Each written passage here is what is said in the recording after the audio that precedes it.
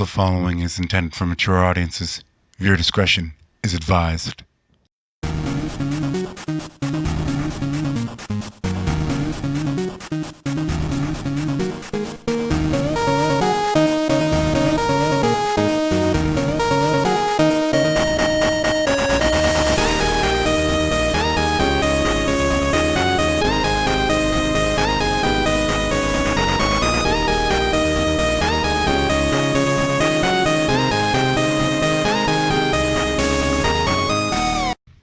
Welcome, Deadites.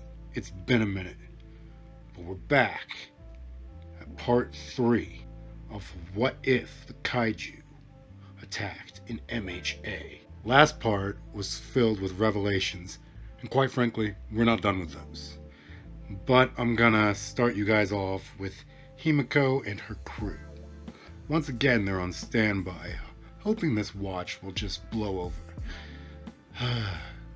Well, this has been an interesting watch, Toya let out. Himiko looked at him. What? Are you telling me you want a kaiju to attack? Toya was silent for a moment. No, not really. I was just hoping to break the boredom. The moment he said that, Hisashi was right behind him, and Himiko kept a straight face. He gave a mini Godzilla roar behind Toya and smacked him upside the head. There! A kaiju has attacked. Now quit complaining and get back to work. Himiko was giggling up a storm on that one. It ain't that funny, Toga. Unfortunately, Tenko was laughing his rear off as well, so yeah. Toya just decided to turn around and go the other way while grumbling. Hey now, big guy. Don't go teasing the newbie too much. I know you meant it in good fun, but he's been on edge lately. Nomuri had her body firmly pressed against Hisashi, and he hummed at her touch. I get that, but there is such a thing as asking for trouble. And that is something I'd like to avoid, you know? Sashi was right on the mark on that one. Nomuri sighed at her friend. She's aware of what's going on in Hisashi's life, and while she might not approve of certain life choices he's made, they were his to make, and no one could really blame him for making said choices, really. Hisashi's phone picked that moment to ring. Yes, love of my life. How are you doing today? Himiko's face got a little sour at that. What's so great about Inko? Both Nomuri and Himiko were thinking. Dinner with Mitsuki and Katsuki? Oh man, it sure has been a while since we've gotten together. We haven't done that since, well, yeah. I miss him too. Yes, love. I'll make sure I pick up the pie. You complete me, Inko. You could see the veins popping out of Nomuri and Himiko's head. They were immensely annoyed and would do their best to mask it for when he turned around. Hisashi has no clue. Sorry, ladies. The missus beckons. As soon as he was out of earshot. Ugh! Why does that woman have him so whipped? What's so special that he would willingly? Nomuri places her hand over Himiko's mouth. Watch what you're saying, young lady. Very few people know what you were about to holler in frustration. You like him, I get it. But you have to understand, that's a choice, and it was made by him. There's no sugarcoating this, so I'm just gonna say it. This is gonna get kind of Game of Thronesy to the next level. Inko and Hisashi are actually married full on, flat out, full stop. They renewed their vows a few months ago. Remember, Hisashi and Inko are more kaiju than human, and no human would be truly able to sate their needs. And also, come on guys, Inko lays eggs. The fact that Izuku, well, he's not Izuku anymore, he's Hisashi, but the fact that he was born in the first place was an utter miracle. Himiko and Nomuri were bonding with one another in the Unrequited Love Club. They weren't exactly throwing themselves pity parties, but hey, they became closer that day. The day was going well enough, and there was a big dinner going on at the Midoriya household. Well, apartment, but you get the point. Inko, Hisashi, Mitsuki, and even Katsuki were enjoying their meal. It's amazing how you managed to get the Thanksgiving rotation off, Uncle Hisashi. Katsuki let out. Hisashi sighed. Well, it ain't that hard. Really, since my drift partner is out on medical leave, and my Jaegers destroyed anyway. Recovery Lass is gonna have her work cut out for her since both of his legs shattered. You heard that right. All Might is down and out for the count. And so is Gypsy. You know how Zex Marquise outgrew the Tall Geese? Well, unfortunately, the same thing could be said for good old Gypsy. Hisashi's power and reaction were growing and had grown to the point where Gypsy could no longer lay host to the combined powers of Hisashi and Toshinori, whose powers were also growing at that point. Gypsy flat out broke in combat. Luckily enough, Hisashi got his Godzilla on and saved the day, but Toshinori suffered the previously disclosed injuries. Of course, Amara and Mei were working their butts off making a new Jaeger that could handle the combined strain of All Might and Godzilla. He's just surprised it took this long, really. Hisashi had his money on quick quirk adaptation technology for that one. He may very well be right on that one. I mean, One for All is at the very least always in the background while it was in duty, that is. As this private dinner was going on, a knock could be heard. Who could that be? Did you get the door, love? Hisashi got up and opened the door. Before Hisashi was none other than his partner, could be seen with his wife behind the helm of his wheelchair. Her kids could be seen behind her, short of, well, Toya, since he's on duty. Yes, you heard me right. Ages have been modified for this story, but the kids are still around the same age. Of course, Enji, I'm gonna be lazy here since I don't know enough Japanese to come up with a decent female-sounding name and fire pun. But either way, she does have a child by Toshinori. Rei, that's R-A-Y in this instance, died soon after Shoto was conceived, and Toshinori, ever the good friend, was there for her. And things kind of grew. Enji stepped down as a Jaeger pilot to raise her kids with Toshinori's help. On the dawn of the new era, Reiwa was born. While I know that's a corny name, have you met All Might? He's a corny person. Come on in. You brought a dish, right, Fuyumi? Fuyumi nodded. Toshinori and Enji can't cook at all, so it was up to her and Natsuo to make a few things. This wasn't a surprise for Hisashi, but he didn't tell Inko, and she was giving him a glare. Oh boy, wifey's mad. I'll have to deal with that later. Now, they all sit down and enjoy a joyous meal together. All was well until a very familiar alarm went off. Toshinori and Hisashi tried to get up, but Inko glared at her husband and took a breath, while Enji shook her head at hers. He can't really do much anything at the moment anyway, while Hisashi on the other hand could. Alright everyone, we've got to calmly get to the shelter downstairs. Inko, guide them properly. I'm staying on standby. Chimera hasn't seen actual action and may be in need of backup. I'm also certain that the two parents here would really like me to help their son in case he needs my help. Both Enji and Toshinori had thankful looks on their faces. Inko wasn't happy, but she knew her husband was right. Okay, everyone, Follow me. Most people go all the way down to get to the shelter. Well, not us. The Midoriya family had an express elevator which led to a tunnel system. It wasn't really for evacuation purposes though. It led straight to their lair, and luckily enough for all the humans here, said lair had an area where they could, well, breathe perfectly fine. Inko wanted to complain since Hisashi could have just used the waterway to get to the ocean and find the big bad that way, but he also had to do some damage control. While Toshinori was on full paid leave, he wasn't. The PPDC had a use for Godzilla, and he was still in active rotation for that very reason. However, he was supposed to be off duty. Inko took that thought and shredded it.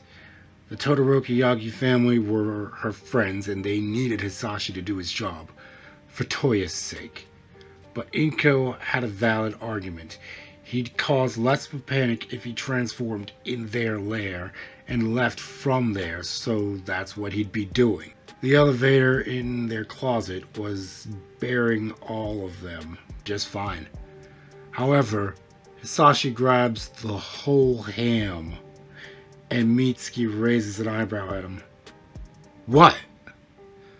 You don't expect me to kick Kaiju ass on an empty stomach, do you? You want to have some energy to burn when you go into battle. All Jaeger pilots, retired, on sick leave, and in training, nodded their heads. Even Inko did, and Mitsuki dropped the matter. She worked hard on that ham, and he was just gonna swallow it whole without tasting it. As soon as they were in the lair, to which no human had ever laid eyes on, Hisashi began his transformation. Everyone short of Inko and Toshinori were flabbergasted. I mean, they all knew this man was Gypsy's other pilot and therefore Godzilla. They just never thought they'd bear host to the transformation.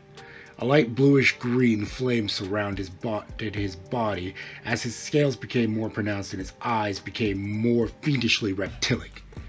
He then grew to about 10 feet tall and started munching on the ham while he was growing. By the time he was about 1/10 of his Godzilla size, he stopped eating the ham. He devoured about half of it and dropped it on a nearby platter-sized rock. He and Inko would finish that later. So, for scale purposes, Kaiju fans out there, we're going with King of the Monsters iteration for his size purposes. So that puts our boy at about 393 feet and weighing at somewhere between 99,634 tons to 100 and something thousand tons.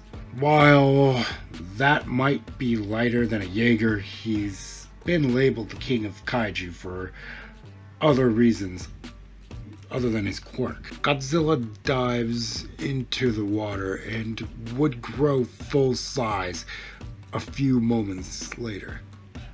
However, Enji did have a question for Inko. Does it hurt when... Inko stopped her. Not at all, really. It feels quite liberating when we let the Kaiju out.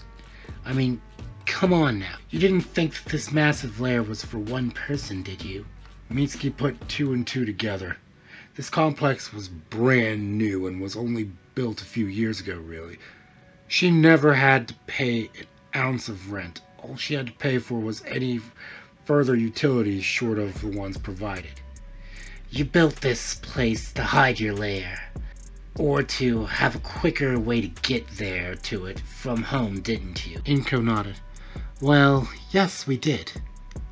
I'm certain you can see that other passage over there. That one leads to Cloud 9, and Nana should be on her way right about now. Cloud 9 closed the second the sirens went off, and everyone there short of Nana made their way to shelters. While the establishment had a shelter for its employees, there was too many people inside, and if she made that announcement, people would bum rush to get in those shelters. Instead, they were all loaded into armored shuttle cruisers that were used solely for this instance. Hisashi may have funneled a little cash on his way. He loved that place, after all. Inko turned on the TV the size of an IMAX theater. Speaking of which, everyone was lounging on a cushioned stone couch and table combo. Fun fact, those two things combine to make a bed fit for two of their kind. So there's more than enough space on that couch. Everyone stares at the screen. They now have multiple horses in this race that they care for. But let's get to the fight, yeah? This was a lot for a fresh team of 3. There were multiple kaiju out there. As usual, the vehicle forces would handle the smaller kaiju, while the larger Jaeger is, in the case, Chimera, would handle the big guy. That would be fine if not for this kaiju having larger minions. Chimera's system was a little different since it was a 3-man unit. It had 2 active powers going and 1 passive. Tenko was in primary control, while Toya's quirk was the second primary. Himiko was in the background. To utilize her quirk, however, she'd need prime control, but they haven't really had the time for it. A decimating right side and a burning left side really got the job done. When the kaiju, or should I say, the precursors controlling the kaiju saw this, kaiju took a precautionary distance to keep itself, safe, and utilized ranged capabilities, and keep on using its minions as pawns. They were, the pilots would burn themselves out eventually. Speaking of which, Chimera was slowing down a little bit.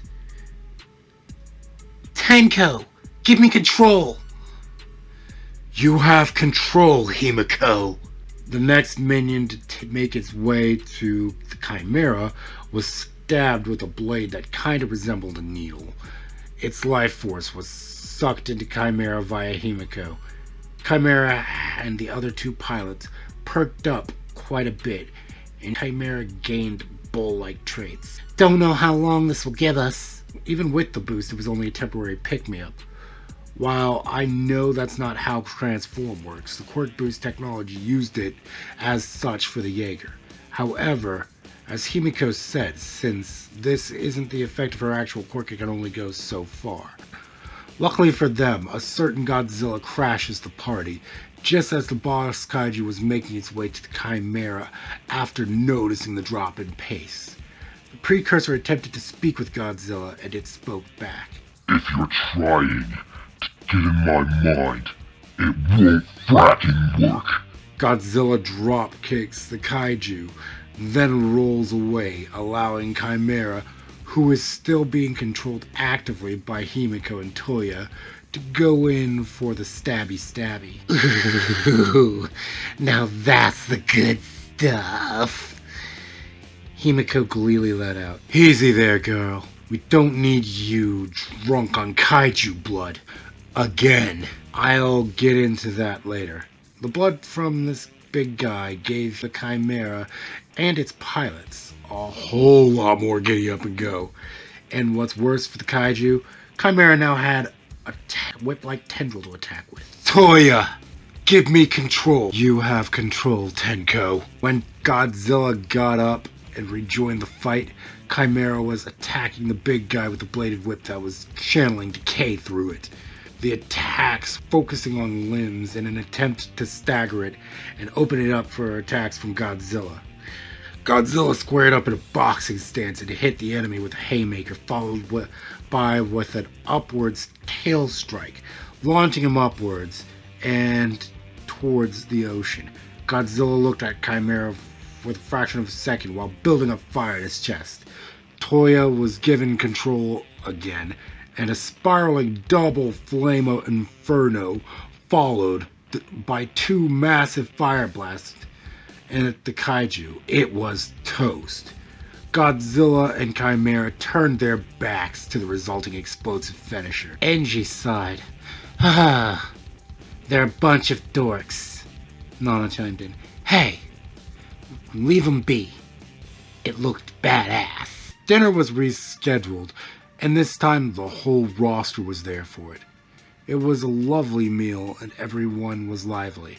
However, a strange film of green crackling energy could be seen in the Midoriya household. A burly-looking man taking a knee while holding onto his sword could be seen. Good. It worked. He should be here somewhere. Ah, there he is. Greetings, he said. He almost said Izuku Midoriya, but since this world wasn't that far from his, he could control the portal, and he had been paying attention and knew better. Hisashi Midoriya, I am He-Man, defender of Eternia, and all that is just and true. A great threat looms in the distance and seeks to devour the multiverse as a whole. I can offer your world a slight of protection, but I require your assistance in this fight. Also, bring your wife with you. They didn't seem to trust this He-Man as he thought would happen, really. Perhaps if I do this. Sorry, Battle Cat. We're changing back. He focused through the sword and, well, they both transformed back. I am Izuku, the last heir to the throne of Eternia. This is my friend Cringer. He and I have a powerful secret. Whenever I hold my magical sword aloft and say, "By the power of Grayskull," I become the magical warrior, known as He-Man, and Cringer becomes my mount and companion, Battle Cat. Do you believe me now? The entire room nods their heads. Good. That makes this easier. Inko and Hisashi, touch the sword and we shall be on our way. Your world will be shielded from the view of these menace from before now, that is. They fade away in the same manner He-Man appeared, and time stopped in that world. Once they began their travel as energy, however, I should warn you that this was the only jump I could control. The one thing that is common about it is that it targets Midoriya's, or Deku's I should say, if you will, and don't bother denying it. I don't care if you believe the lie or not. We have a multiverse to save. Don't leave just yet, you're gonna want to see this trailer. If you liked that, let's get a United States smash on that like button. If you're not subscribed, consider going full cowling with that subscribe button. And let's go plus ultra with the notifications. Ring that bell, baby. Rest easy, Deadites. And remember, the night is ours.